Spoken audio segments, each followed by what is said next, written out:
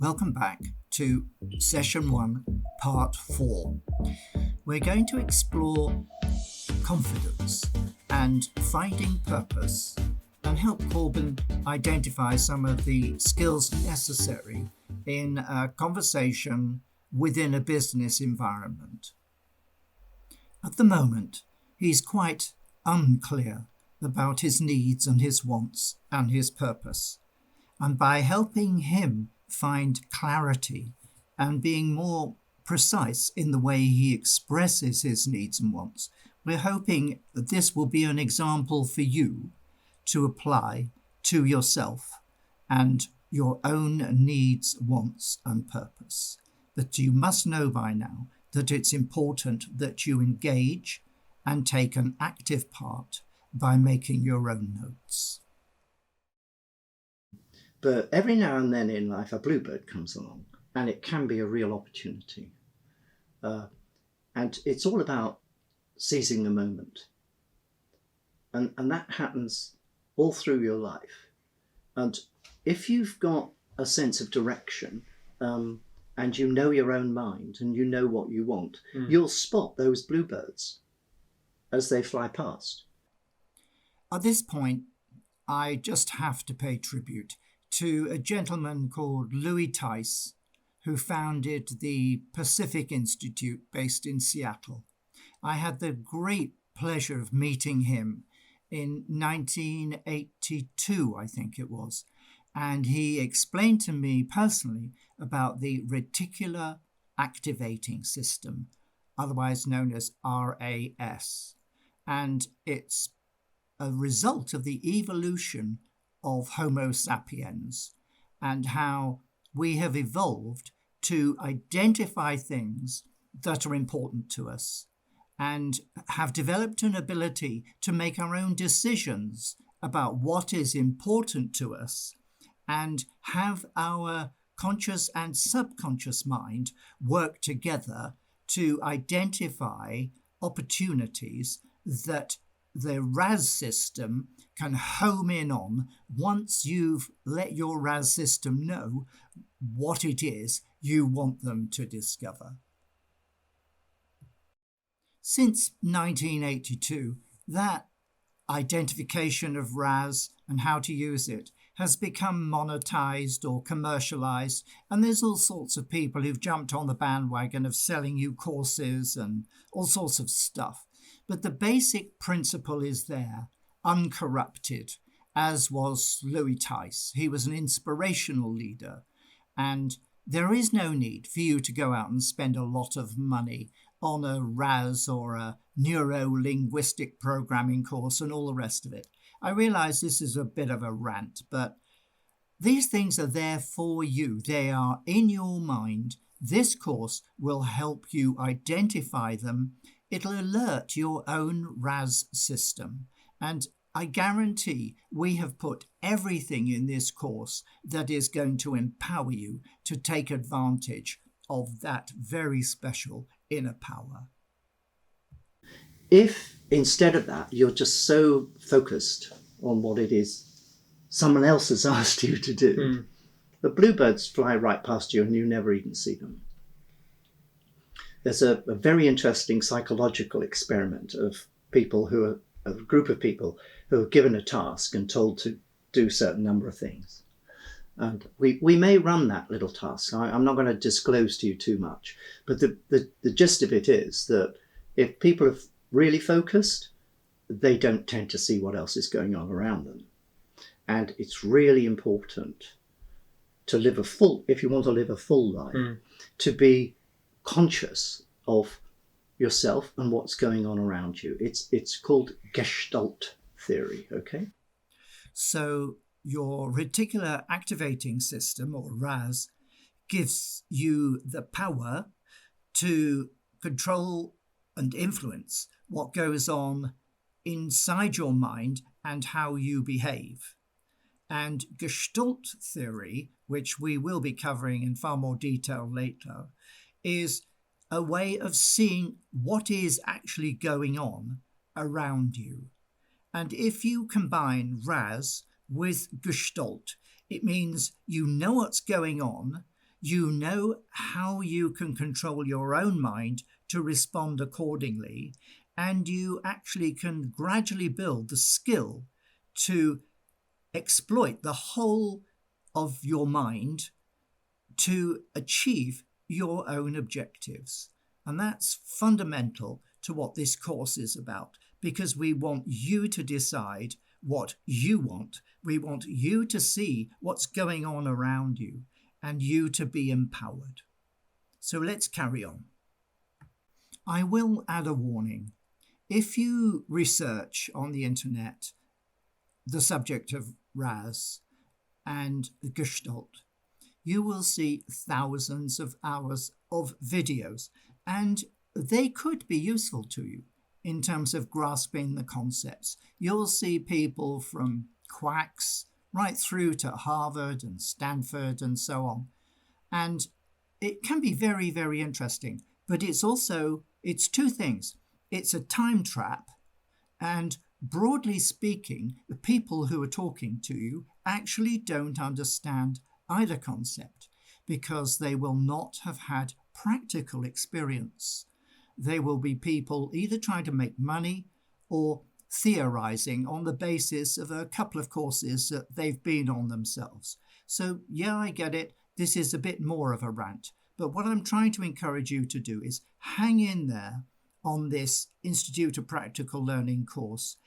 We will be covering these subjects, but we will be covering them in a practical way. And you will be able to see Corben going up the learning curve in quite some detail.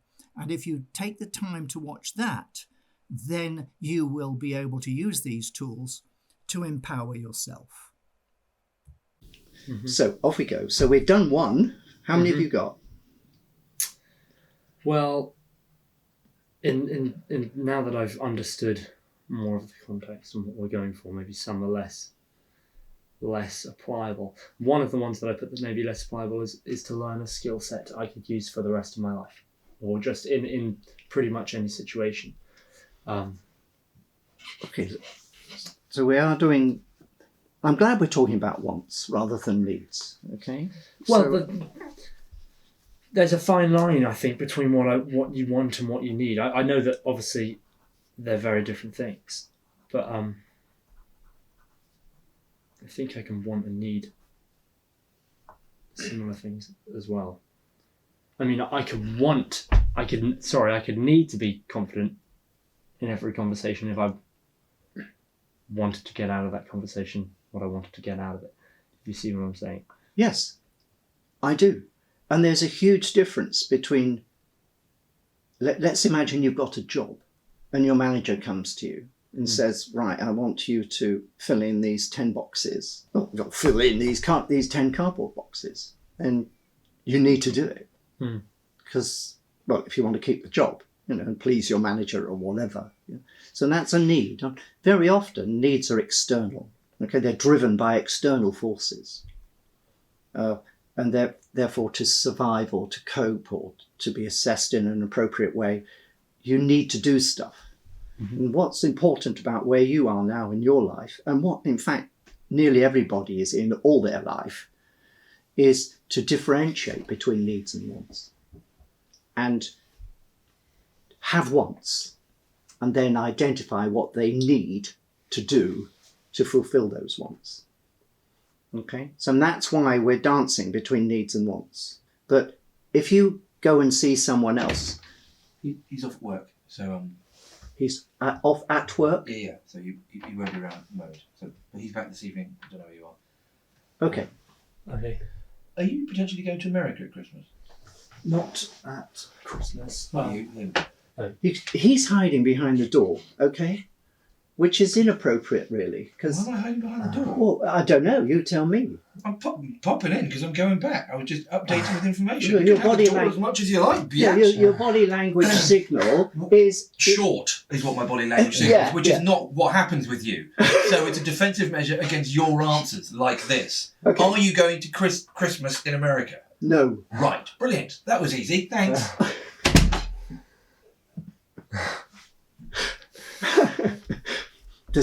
There's a lot of content there because although Corben is my first official pupil for this University of Life, Louis, as my son, has grown up with all this stuff. So his behaviour is not normal, but nor is mine.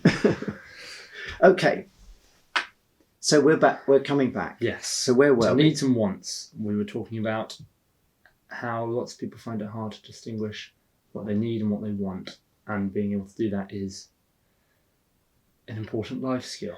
Yes, and I remember now what I was going to say to you is if you're talking to somebody else, it can be important to differentiate between why they're listening to you and why they're talking to you, and do they want to be listening to you and talking to you, or are they doing it because they need to do it to be polite? And if you want to have a really positive conversation, it's great if you can align the conversation with their wants as well as your wants.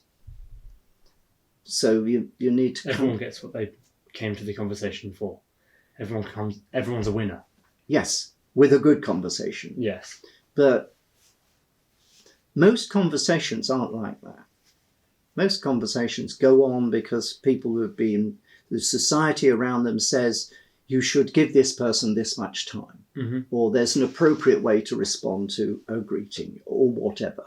So very often people are in conversation because it's expected of them, or it's just a way of passing the time, which is okay because they want to just pass some time. So our first real session will be about conversation, I think. And needs and wants in conversation are important. So where's that take us? You want to be confident in talking to one or more people. Point 2, I think, was you want to learn a skill set. Is that fair? What did you actually write down? I wrote, to learn a skill set I can use anywhere. Okay. For what? That rather bluntly asked, for what, is called a challenge in business. It's a challenging question, and it seeks for the other party to clarify and be more specific and go down a layer of detail in terms of a general want into a more specific want. Typically, there are 4 layers when describing something like a want or any need and things like that.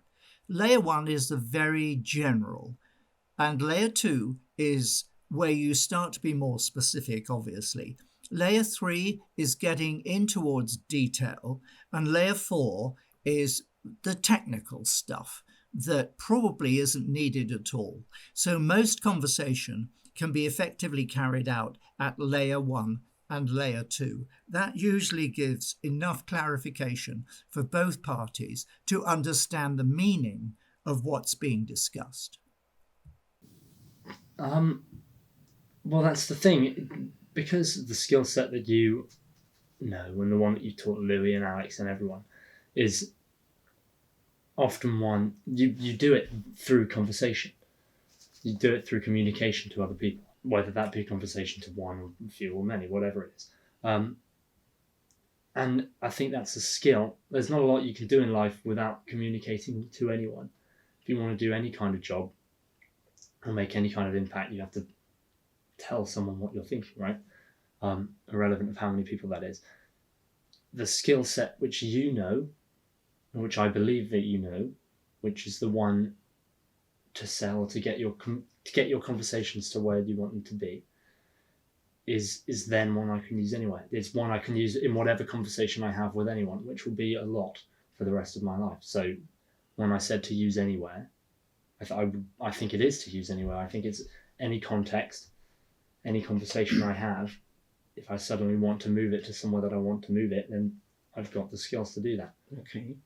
What would you say were the primary context? And the reason I'm asking that question is when we talked about communication, what we did was we drilled down the next layer and said communication one-to-one or public speaking or in a meeting. So we went down that layer from confidence in speaking, and you started off with public speaking, and what I did is drill into it and actually say, well, no, it's more than that, it's this and this. Okay. In the next part, we're going to drill down through the layers and get to understand more what Corben means by this want. But remember, we're not doing this for Corben, we're doing this for you. So it's important that at this stage you think about what you want and what situations you are likely to be involved in.